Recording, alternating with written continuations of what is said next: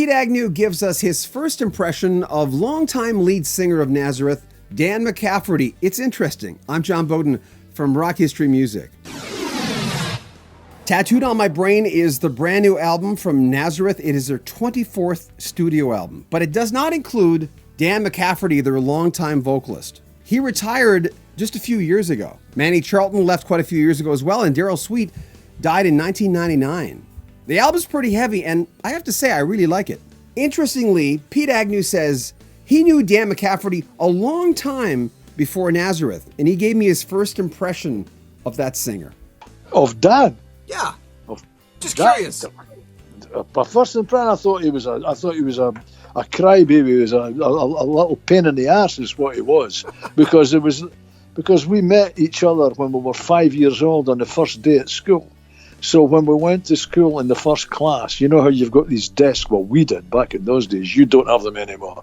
But it was 2 and 2 and 2, all the desks that were done together. Well, we got put at this desk right at the front, and it was Billy McCafferty and Pete Agnew. We were sitting next to each other, and he cried all fucking day because he missed his mummy, and I thought, who is this guy? And that was our first meeting, and we've been best friends ever since then, since that very first day at school. That's like coming up. That was 67 years ago now, and I was when Dan had his 6th birthday party.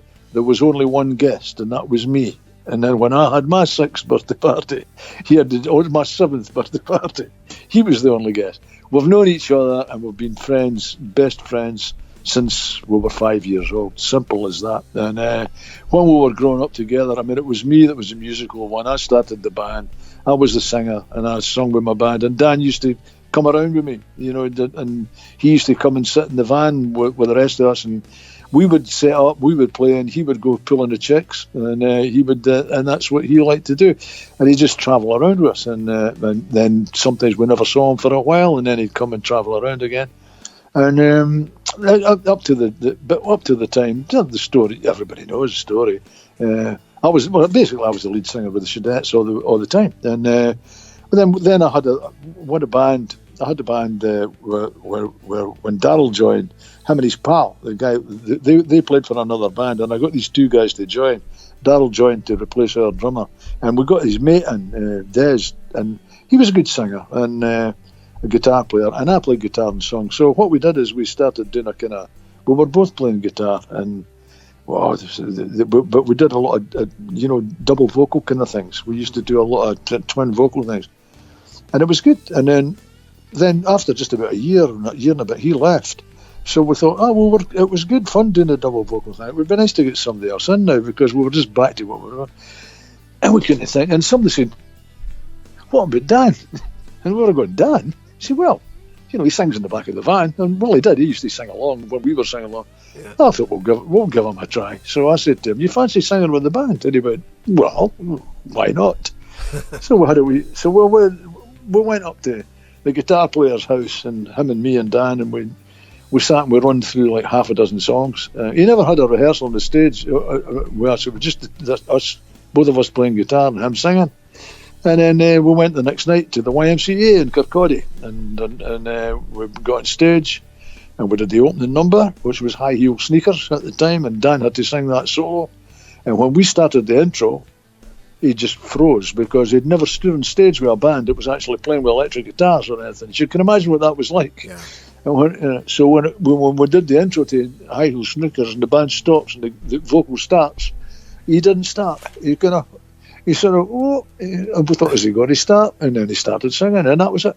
And then he became Dan McCafferty. He went from we weren't doing the double vocal thing to eventually. We did that for a while, and then we did it for a while, and then eventually it was just the two of us at the front, and we're doing all the soul stuff. It was all Sam and Dave and all that kind of stuff, and all that stuff was big in Scotland. So we were kind of like, and then we had to get rid of our bass player because he was never turning up, and then when the guy said to me, "What about you playing the bass?"